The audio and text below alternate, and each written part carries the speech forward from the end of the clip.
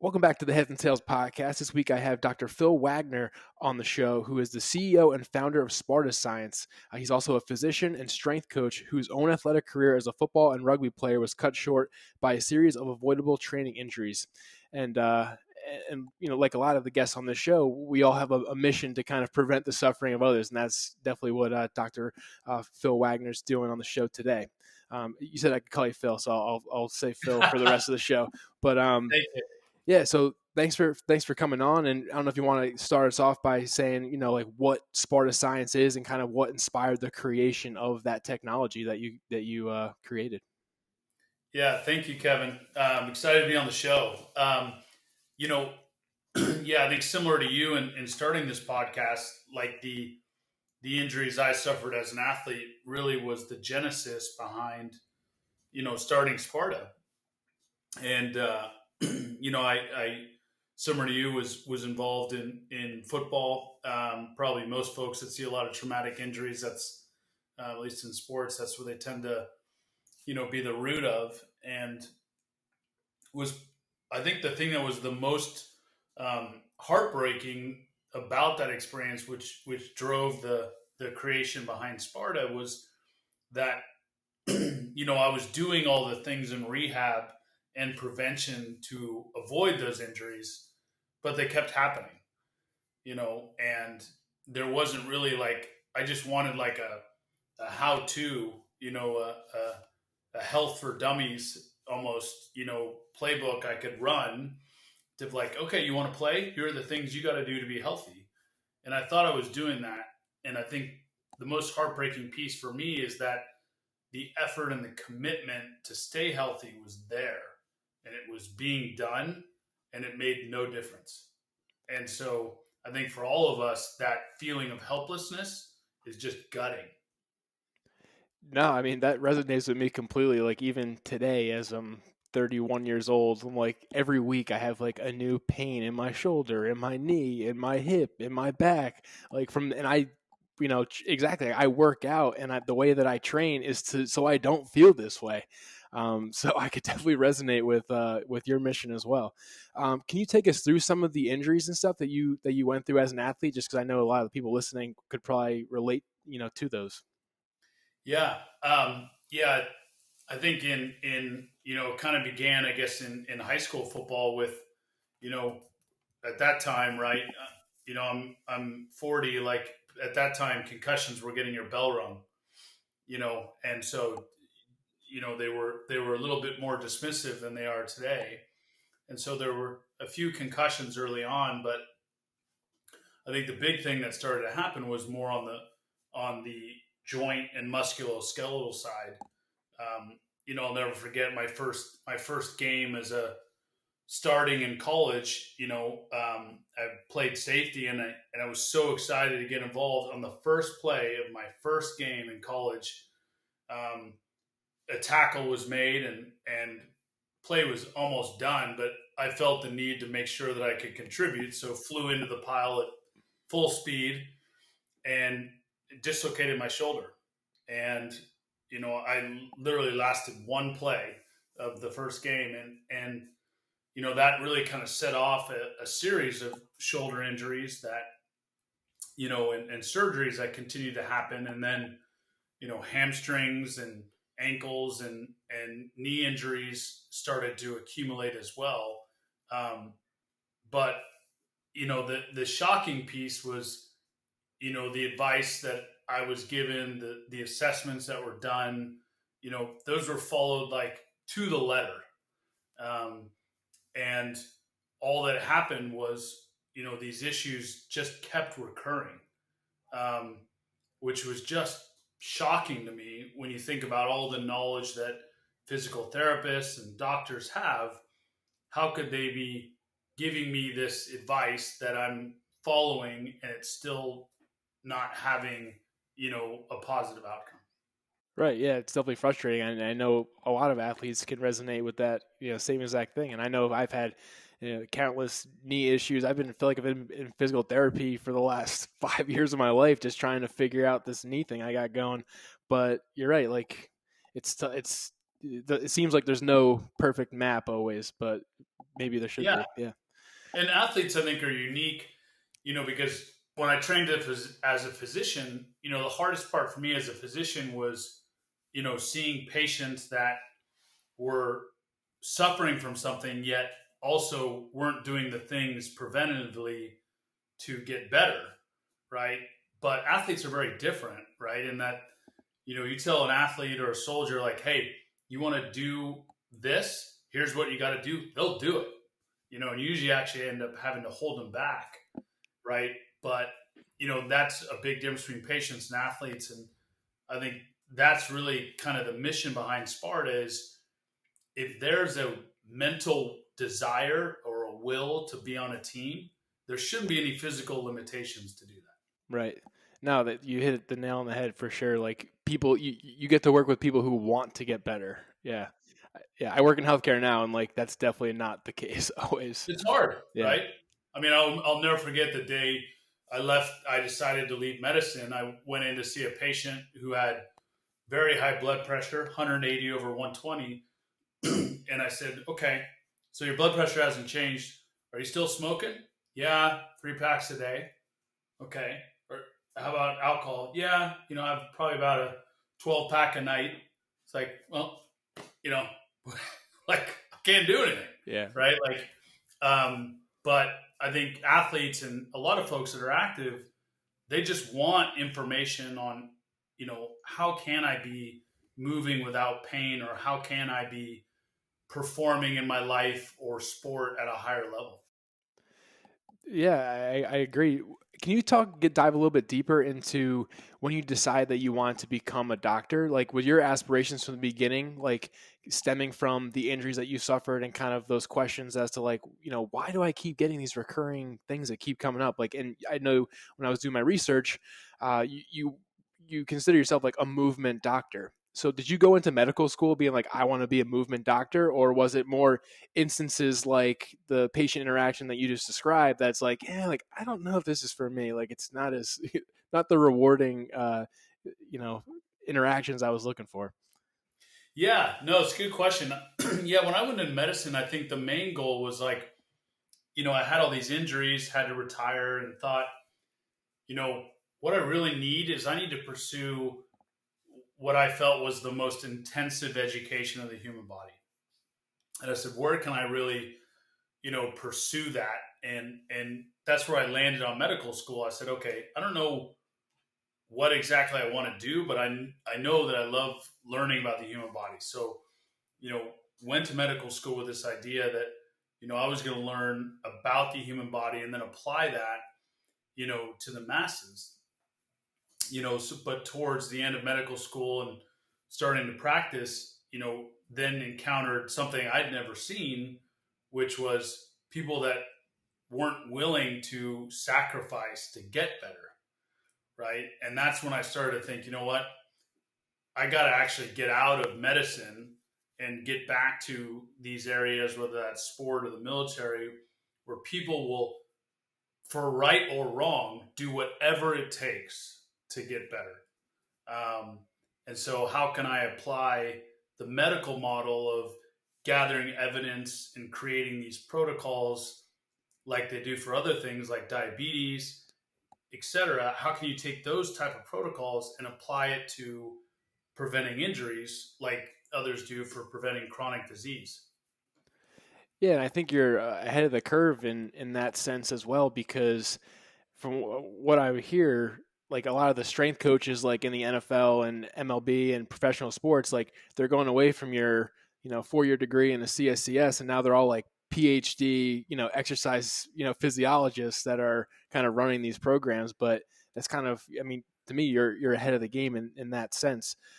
So can we kind of get into an explanation of what Sparta science is and the force plate and how it works, and even maybe did you enjoy learning the tech part of it as much as you enjoyed learning about the human body? And I bring that up because as athletes who transform their lives after sports, I'm a big proponent for just diving into things that you don't know or you suck at Right. and figuring it out, because that's fun. So Yeah. No, um, absolutely. yeah. Yeah, I think that's the biggest thing for athletes. I know we talked briefly about how important it is to help folks transition. But that athlete mentality is so useful, right? To your point, like just diving in without fear, even if you don't know it, like trusting that you're just going to figure it out, right? We'll just dive into this and figure it out. So, you know, really kind of Sparta kind of centered around okay, most injuries are happening because of some sort of movement dysfunction. And these movement dysfunctions really are from the ground up, unless you're a water polo player. You know, most individuals have issues from the ground up. Like we even published a paper showing that Tommy John, you know, injuries, elbow injuries in baseball players can be predicted from a jump. Because at the end of the day, everything you do starts with the ground. You can do all the rotator cuff exercises in the world to help your arm, but if you're not using your legs to throw a ball, you know, it's not going to work out well. You're going to have to generate that energy from your upper body, and no matter how strong your upper body is, it will never be bigger or stronger than your lower body. Right, and something's got to give at some point. Something's got to give, Yeah. right? And so let's load these weight bearing joints like your hips, your knees, your ankles. So it really started with this device called a force plate. And that's where it started. But to your question of like diving in and learning about technology, yeah, I actually have enjoyed that more than learning about the body because it's so new and wide open fields, right? And that you've got, you know, all this data that's available. And I think most importantly, you can also transfer that information to the individual themselves so they can better understand and educate. Because I think the goal is right, we all know our own bodies better than any doctor, any therapist ever will. And so, how can we take that knowledge we have of our own bodies and augment those individuals with their own data, you know, to keep that learning process advancing? It's like the data is like the communication mechanism. Like, Yeah, yeah, without that, it's just like subjective. that's right. You're just listening to someone like, yeah, I guess. Yeah. Yeah, we kind of talk almost of it like being like an owl on your shoulder. You know, like the data should be like this guide, a Sherpa, if you will, that it's not going to do the work for you, right? You still got to climb Everest, you know, but it is a guide to help make sure that you can get there safely and more expeditiously. Right. So when you started, did you start like working with force plates, or like you got introduced to a force plate and then the idea kind of evolved? Like I'm almost curious from like an entrepreneurial standpoint, like Yeah, what was like the business kind of idea of, and had that transform? yeah, yeah. The force plate. I mean, it made total sense to me that you know how you push in the ground, whether it's a sprint, a jump, change in direction, that dictates how efficient and powerful a movement is. And so, looking at it as in simultaneously as I was coaching folks, we started to notice these patterns, you know, and it goes beyond just like who's the most powerful, right? Because it's very easy to look at a football player and be like, yeah, I mean, they produce a lot of force. But baseball was really interesting to me, and I don't have a baseball background because you could walk by a baseball player and never know it, right? Because they're tall, short, fat, skinny, right? But what makes baseball so different is the way they time movement, the way they time force production is so unique. And so it really kind of opened my eyes of like, okay, movement isn't like probably both of our backgrounds, which is like how much you bench, right? How Right. much you squat, the football mentality. But baseball has this grace of like, when do you produce force? Because it's like, should be like a tidal wave that builds and snaps at the right instant. Right. The sequence. Yeah. The sequence, Yeah, you watch a totally. pitcher throw. Yeah, exactly. It's pretty Yeah. crazy. It's literally like a whip almost. Yeah. Right. And they're Yeah. not necessarily always big or tall or short, or they're all different, but it's that timing that they all share. Yeah, no, super interesting. And I just had the thought, I'm like, people who are Yeah. listening to this might be hearing about a force plate for the first time. Like, just if we can describe like what a force Yeah, plate is, and then yeah, we can maybe move on from there. yeah. Force plate's like a high powered bathroom scale, and that it measures pressure into the ground, but not just vertically like a weight scale does, but in different directions. Left, right, heel, toe, and it measures it that sequence because it measures thousands of data points a second. So if you do, let's say, a jump, it measures how that force over time of the jump is actually created. And I think we oftentimes refer to the force plate as a dumb device because the real power is actually the technology and the machine learning that can consume all that data and then parse through different information. Like I used that elbow injury example. We didn't go in looking at, hey, let's try to find out how to figure out and predict elbow injury from a jump.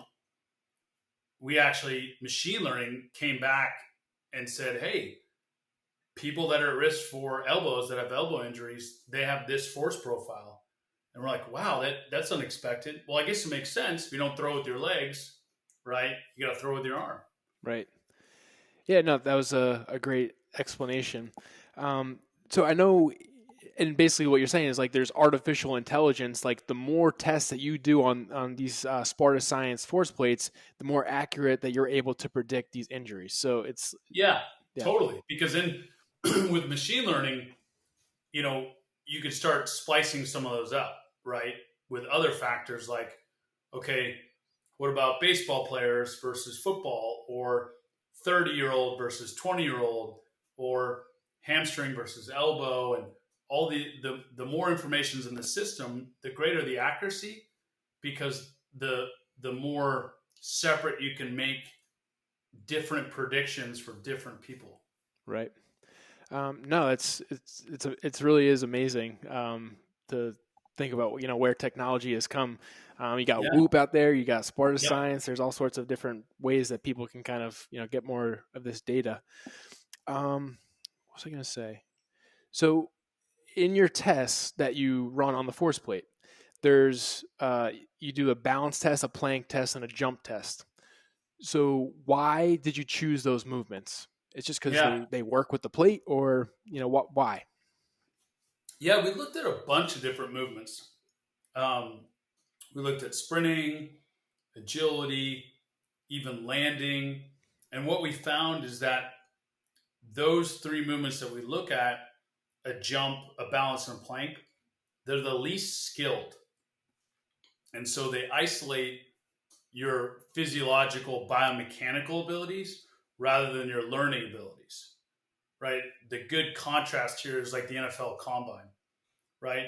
Did somebody run a good 40 time because they're fast or because they have a great start technique, right? And they line up in the 3 point just the right way, and they come out of the gates with the right 5 to 7 first steps, right? So are they good at sprinting or are they fast? Because they're not the same things. Um, and so we looked at all these other tests, but it's the more primal generic tests that tended to focus just on the physical capability, because where that can get tricky is if you tested today on sprint on a force plate and then you tested again 2 weeks later, did you get better because you got better at your sprint mechanics, or did you get better because you know you're producing more force? So it's hard to separate those two out. Right. No, and I'm glad I asked that question because I would have never guessed that that was the reason why you chose those was the skill Yeah, well, we aspect of it. But it started makes big. a lot of sense. Yeah.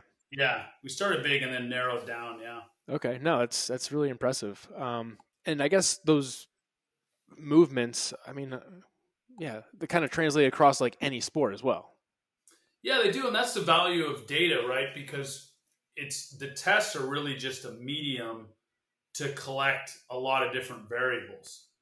Because if we use back to the football baseball analogy, if we look at initial force generation, very important for an offensive lineman. If you don't produce force initially, you're screwed, Right. right? And more importantly, your quarterback is screwed. Like if you're not able to generate force initially, right? At the same time, think about a wide receiver.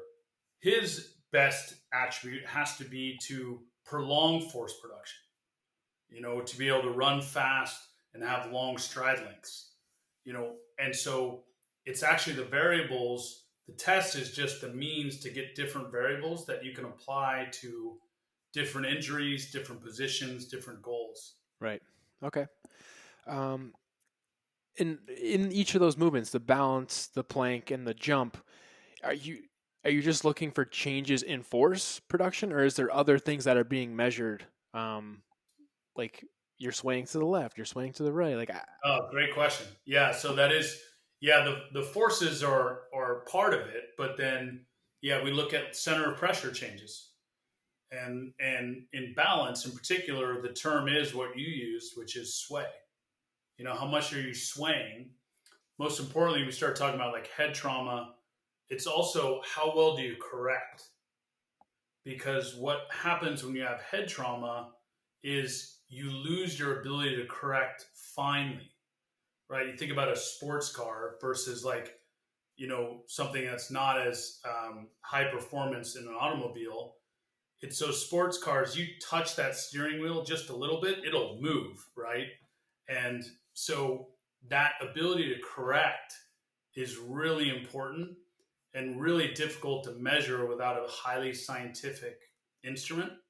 And so the force plate measures on balance how well you sway, but also how finely you can correct to get back to center. Right. The responsiveness of your, yeah, exactly. Yeah. And so you use responsiveness, and the term in biomechanics is movement variability. So it's like heart rate variability. You mentioned whoop, right? So heart rate variability is your responsiveness parasympathetically to external stimuli. Movement variability, same idea. How well do you respond to stimuli? Because if you balance, you don't want to be a two by four, but you also don't want to be a noodle either. You want to be in between, right? So you can respond, but not totally collapse. Yeah, that's really cool. The movement variability part. Had they Yeah, done studies on like recovery and stuff like that with movement variability, and have they yeah, found they have, similar things? Or, and and I guess we should explain too that heart rate variability, high heart rate variability means that you are more recovered than not. Correct. correct. Low heart rate variability means that you're overtrained potentially.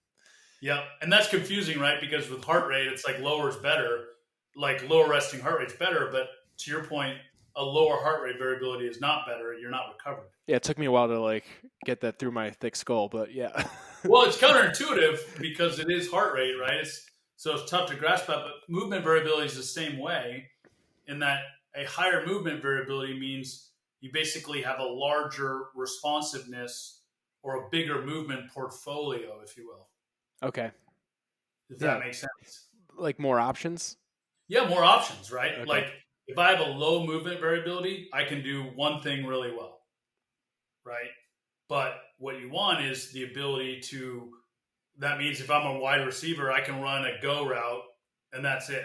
Right. If that's all I can do, I have no use to a team, right? Right. So you want to be able to expand that. Prevent What defense. Yeah. happens? Yeah, you've got to be able to run all these different routes. Yeah. But what's interesting is when you have a concussion, that's the variable that takes the longest to recover, that movement variability. Now, what's also interesting is as we age, we lose movement variability over time. So that's basically we're dying. So how do you maintain that? Yeah. Oh, you put it that way. I was just about to Yeah. say, I'm like, yeah, that's kind of how I feel right now. But Well, hopefully, I mean, we can't stop the aging process. We just want to slow it, right? no, I know. Yeah, Yeah. that's the hope at least. Yeah. Right. Um, so I remember the question that I meant to ask before, but it still is relatable. So when you do the test on the force plates with Sparta Science, do you have to follow these athletes afterwards to kind of see like, oh, they came up with a shoulder injury, they came up with a ankle sprain or whatever. So it's like an ongoing thing. Yeah. Yeah. And I think the body is constantly changing, right? And so a lot of times, we have to avoid that assumption that, well, you just do a physical once a year or you just do a test once a year. The individual should use it like a vital sign, just like resting heart rate of like, okay, how am I doing today or how am I doing this month relative to last month? And what stimulus, good or bad, can be associated with that change. Is my shoulder sore? Am I squatting more? Am I squatting less? Am I running more, running less?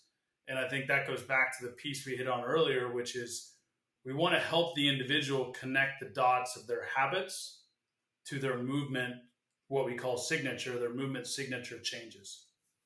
There's a prescription aspect to Sparta Science as well, right? Yeah, and that's the other machine learning aspect too. We look at exercise prescriptions like pharmacology, right? Because I think a lot of folks say, okay, just go squat or just go run. That'd be like saying, okay, you're sick, just go take an antibiotic. Which one? How often? How much? Right? So I think we've got to look at exercise the same way, because what we found, for example, if we use squatting, lower reps have a completely different effect than higher reps on force production. And neither way is bad, they're just different, right? There's all these debates over full range of motion versus quarter squats or front squat versus back squat. Knees They over are toes different. guy. Yeah. Yeah, exactly. Low bar, high bar. Like, but the real answer is like they all have different effects, just like medicine. And so, how can we identify which type of medicine you need in the form of exercise? Right, which is like I said earlier with the CSCS 4-year degree. Not that there's anything wrong with those guys; they Yeah, have a wealth of knowledge. But I'm more getting at like not all personal trainers or whatever are created equal. So to have yeah, almost like a medical prescription coming out of your product is, I think, pretty incredible, and what people are looking for today too. yeah, Like when you talk about Pelotons of the world and all the other um, fitness companies that are popping up, it's because people want to be told what to do. They're yeah, always kind of floundering, and for elite level athletes, you probably need a little bit more than just opening up a Peloton app and doing a stretch. So yeah, yeah. As soon as you kind of get that ball rolling of doing some sort of activity, how can you make it more individualized over time, right? And hopefully any sort of machine learning models, just get smarter. And I think therefore you can spend less time doing things that may not be helpful, right? Because you'll be like, hey, you don't need this anymore. Just focus on this, right? right, yeah, and time is of the essence for Yeah, athletes as well. Yeah, that's the biggest barrier for all of us is time. How much time do you have in the day? no, for sure. Wish I had more time to do podcasts. That's for sure. Yeah, Um, so this might, I don't know, I'm going to ask it anyway. It might be a dumb question, but we've talked obviously a lot about movement, and yeah, Sparta Science is all based off of movement. We talked about movement variability. Um, you chose to go down this movement path.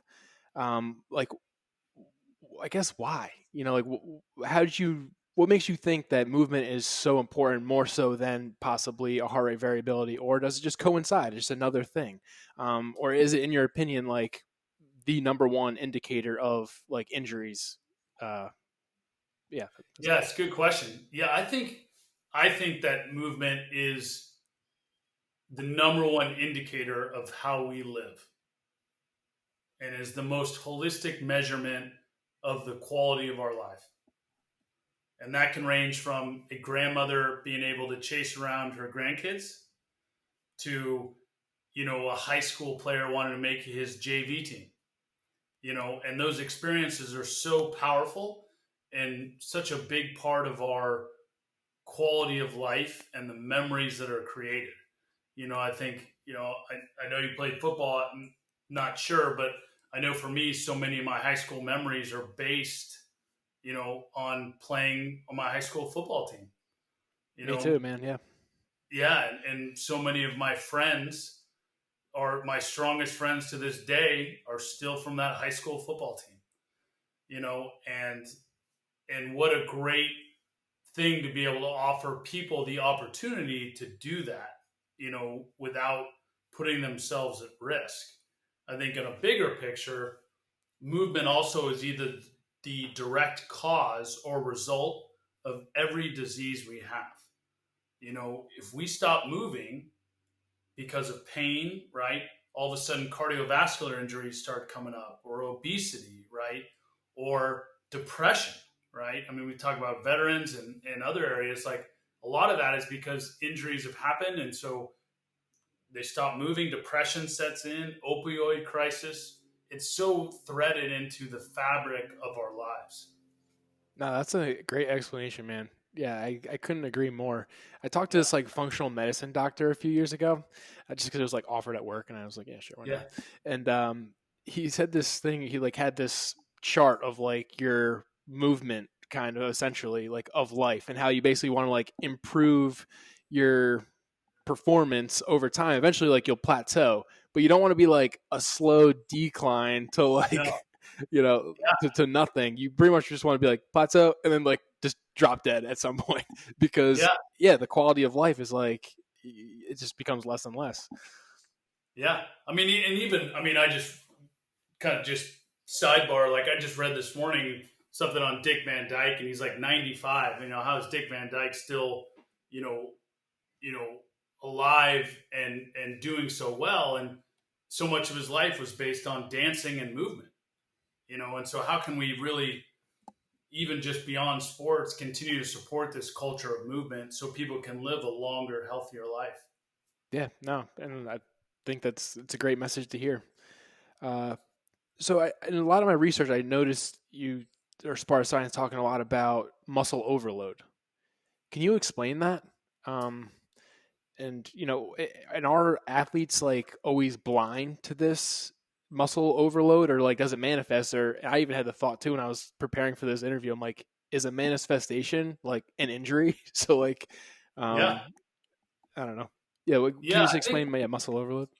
yeah, I think, probably the biggest, one of the bigger values of any data is just creating that awareness. And when it comes to muscle and movement overload, most of us are going to gravitate towards what we're good at, right? And a good example is, offensive linemen in a game, they'll squat, what, 200 times a game every time they get in their 3-point stance. And so they've trained those anterior muscles, the quads, and the movement pattern of squatting to a very high degree. Then they go into the weight room when the game's over. What do? They Squat. squat, right? And so further enhances the quads and the squatting pattern. What we found is that pattern also causes, if it's overloaded, ACLs and foot injuries, which are the number one injuries we see in offensive linemen, right? And so, what we need to do is be using data to say, okay, I'm sufficiently good at this pattern. And I may like it, but then I have to choose, do I want to do something I really like in training, or do I want to make sure that I'm doing the things in training that allows me to be active in the things I want to do? And that's the crux of it all. I mean, I remember we worked quite a bit in professional rugby overseas, and one of the top players in the world had chronic hamstring injuries for 3 years. And he had this problem where he produced force very well initially, what we call load, but he loved to squat, which only made that initial load force higher, put him at risk for hamstring injuries. So he got switched over to split squat to emphasize more hamstrings and glutes. And he split squatted every week for about a year. And I went down to go back visit this team. And he said, "Man, Phil, do I really have to squat? Or split squat still? I am so bored." I said, "When was the last time you had a hamstring injury?" He said, "Well, I haven't had one for a year. I've been totally fine. I just want to start squatting again." And I said, "I am sorry. I'm not sorry," and walked away, Right. because it's boring and you're doing the same stuff and it's working. Tough shit. Right. Like, it's Exactly. great, right? So training isn't about entertainment, right? It's really about doing the things that allow you to be healthy in the areas that you want to do. Yeah, for sure. That reminds me, I did an interview with a guy named David Vobora a few years back, and he was talking NFL linebacker, and Yeah, he was talking about how he used to just like crush weights like in the like heavy squats, heavy deadlifts, heavy this, heavy yep, that, and he's like, I kind of just like didn't feel athletic anymore, and then he kind of backed away from all those heavy weights and did a lot of plyometric stuff and jumping and like yeah, no weights almost. And he's like, I was faster, I was stronger, I was like all these things. So yep. yeah, it's not always what you're good at, that's going to make you better. And I think sometimes we attribute what we're doing to the success we've had, right? He might have attributed, hey, I got to this level because I squatted heavy deadlift. But the reality is, he may have gotten to that level in spite of doing those things, Right. right? Yeah. And I was even had the thought too, like you might even have so much force production that you create an injury because it's That's like more than your body absolutely can handle. correct. Right. That is absolutely correct. Yeah, if you don't have a back to your comment about sequence, if you don't have the right sequence and you're reinforcing an imbalanced sequence, you're actually creating your own injury, Right. which I think to my personal history was definitely the case. I was a great squatter. I could at any given day squat 400 pounds very easily, but the problem is like I could split squat, 40 pounds. That's the problem, until they change safeties stats in football to include squat weight, like it doesn't matter, right? Exactly. Yeah. Yeah. Yeah. You got the boards up in the high school weight room trying to get Yeah. up there, bench The squat boards, the deadlift. Yeah. t-shirts, Yeah. right? Like, Exactly. Yeah. yeah, yeah, totally. Um, so how are teams using Sparta Science? And I know it's used in the NFL Combine as well. So like, how are teams kind of basing decisions off of the information that they're getting from your product? Yeah, I think organizations use Sparta to identify individual needs. What exercises should they be doing, and also use it as a way to identify thresholds. You know, in sport, how much is too much for individuals? Like back to baseball, there's this 100 pitch or 80 pitch kind of danger zone, right? But the reality is, for some players, it might be 70 pitches. For others, it might be 120, right? But the reality is, we don't know, and it's certainly not the same for everybody. And so, how do we identify what sort of beyond exercise prescription, what game stresses are ideal for individuals? Um, I think the other piece is you cannot eliminate injuries; they're going to happen. And so, if individuals are injured, how do we make sure that the rehab process is guided by data to be both safe and expeditious, so we don't bring somebody back too early, but we also don't take too long to bring them back too late? Right. Does that require like a baseline though?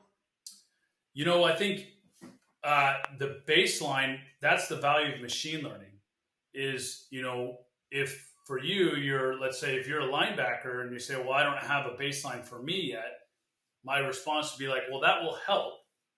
But we've also got 15,000 other linebackers in the system. So you can at least leverage their baseline from day one, to actually have context. Now, it'll be helpful to have your information in there, certainly, but at the very least, you can leverage all the others like you to get a good jumping off point from day one. Right. No, that's very interesting. Um, I was thinking with the back to the NFL Combine part, like, all right, we got Trevor Lawrence, the number one pick. He hops on the Sparta Science force plate, and a red flag comes up. Like, how bad does it have to be that they would be like, maybe we won't take him? Yeah, so there's two parts to that. I think in Trevor's case, Clemson is a strong client partner of Sparta's. Oh, that's cool. So we've got, Trevor's been using it throughout his college career.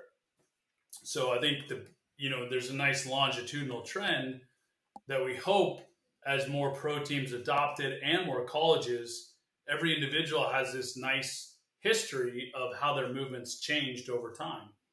Um, I think the second part of that is, yeah, how do you make decisions off it? Which becomes an issue at the pro level because then unions are like, well, I don't know if we should let our guys jump on it because teams are going to, you know, cut a guy or trade a guy because he has a bad force plate scan. The way I've addressed that with union chiefs is that, at least if we use baseball as an example, if you hit 350, no one cares about your force plate scan. No one cares. You're hitting 350. Like, no one's going to trade you if you hit 350. So, you know, it's an augmentation, but isn't the end all be all. So Right. what we've seen in the NFL draft with a lot of teams is they use the SPART information from the combine as a tiebreaker. So if they're deciding between two players and they don't really know which one they want to pick based on scouting, SPART a lot of times is used to help break that tiebreaker. And the way it's used would surprise you. They actually choose the one with the worst Sparta scan, Why is not the that? better one. Because if you've got two players that are the same, and one of those has a worse movement profile, a worse signature, a Oh, worse Sparta scan, you got more upside. exactly. Yep. Okay. I'm learning so much on this podcast. This is great, So man. that's what shocked me is I was explained to that by one of our NFL teams that said, yeah, we prefer taking the one who actually moves worse. I said, what? They said, yeah, because then we can change it, and he's got a more of a potential to be even better. Right. That's Whereas the other crazy. guy might already be tapped out. I Right. said, oh, interesting. That's really cool. Uh, I know there's a bunch of case studies on your website that I look through, but do any stick out to you that you want to share? Yeah, as we kind of wrap up the show a bit. Yeah, I think there we get asked on case studies like or on individuals like who's the best athlete, right? You know, we've worked for the Cavs for years, so you can imagine when I use the Cavaliers, who I might be referring to, right? Yeah, You know, exactly. he's not with the Cavs anymore, Right. right? Yeah, He's LeBron. kind of a big name, Yeah. right? So people expect me to say that, right? Or, we worked with the Falcons, so they want to know, well, is it the wide receiver that's played for the Falcons who's kind of a beast, right? So they expect this one person. My response generally is, what's your favorite painting? Because there is no this is the best athlete or this is the best painting. They're all so different. And I think we've got to appreciate it in a way like art, right? And that they're all different and beautiful in a unique way. So I don't necessarily have like a favorite case study or a favorite athlete signature. I think they're all different. I think my favorite ones are the ones where you know individuals are able to reverse a downward trend where they're not able to play anymore or ruled out, but then reinvent themselves. Probably my favorite of all time is the center fielder for the Mariners, Mitch Haniger. So Mitch worked his way up into the Brewers major league team. Right when he got up there, they traded him to the Diamondbacks. The Diamondbacks ownership was GM was changed right when he got traded. So they said, we don't like this Haniger kid.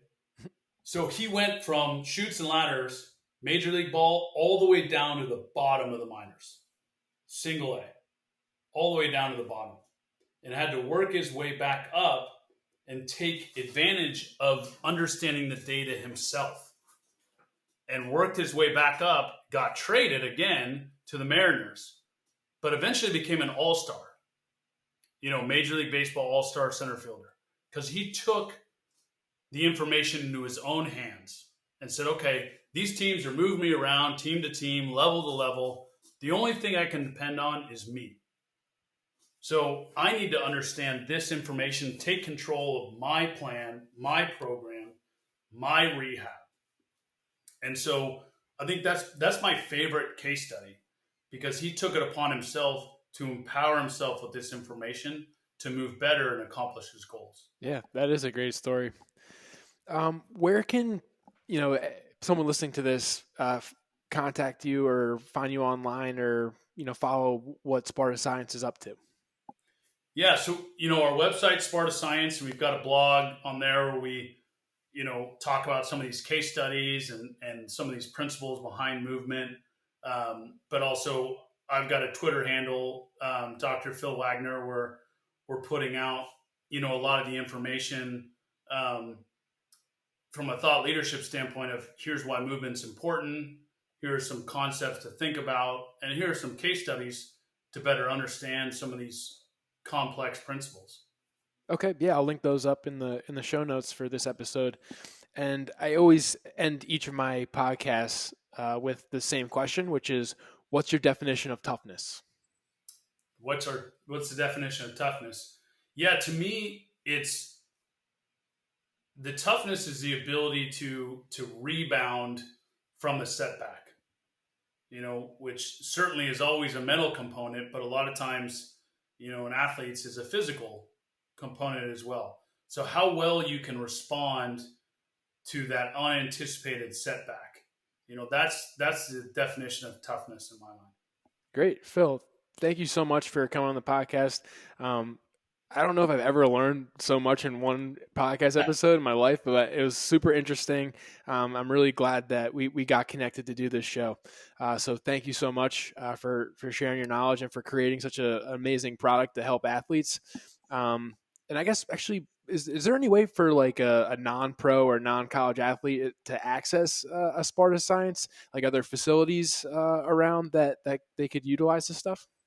Yeah, we're working our way there, and so yeah, we're starting to work more and more with private fitness facilities and physical therapy clinics. So it really, at this point, depends on the region where the person's at. But if you just reach out to us, um, if anybody reaches out to us and say, "Hey, I'm in this area. Is there any place nearby?" We can likely connect you with somebody. So probably the best way or the fastest way is just info at spartascience.com.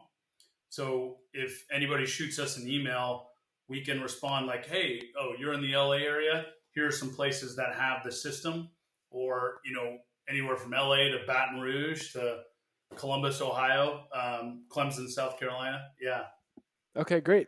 No, that's awesome that there's access out there for everyone. But again, yeah, thank you so much. I had a lot of fun doing this episode. absolutely. Thank you, Kevin.